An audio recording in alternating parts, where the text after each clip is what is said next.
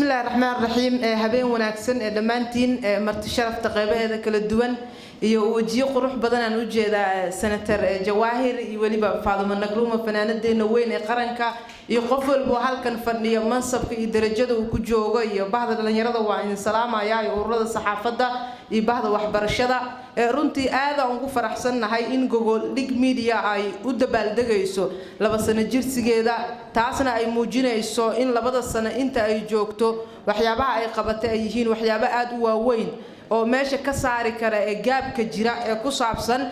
in maanta muuqaal la duubo ama la idgareeyo kadibna la soo daabaco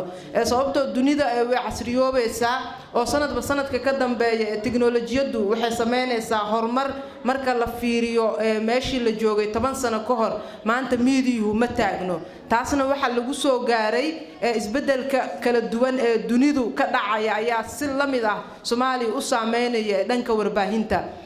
production-ka marka la fiiriyana waa wax aad u weyn hadana aad u dhib badan lala falgalay dadyo kala duwan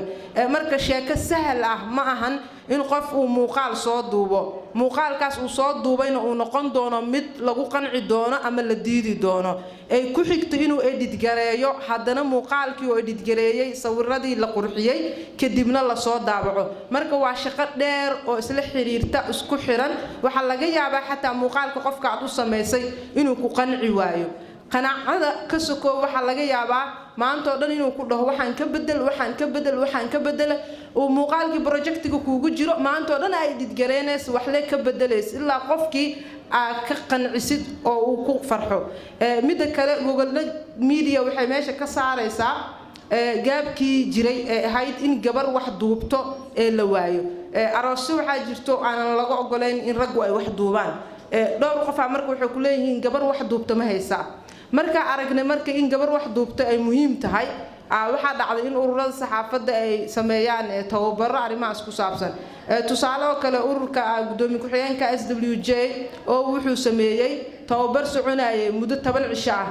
gabdhaha waxa lagu baray habka kaamirada wax loogu duubo loo edit gareeyay sawirada tababarkaasna US Embassy ayaa naga caawinaysay marka waxaan ugu talagaleynay inaan meesha ka saarno firaaqa jira ee ah in gabar wax duubto laga waayo saasay taa waxaan isleeyahay Google Dig waxay u noqon doontaa meel fiican oo gabdhaha xitaa ay kula falgali doonaan shaqadan waana wax wanaagsan maanta in la helayo gabdhihii inay kaamirada qaadayaan wax soo duubayaan edit gareynayaan taasna waxay tusaale nool u tahay dadka iyagu hanka u leh inay xirfadan si bartaan marka waxaan leeyahay iqro ayaan iyo teamkeeda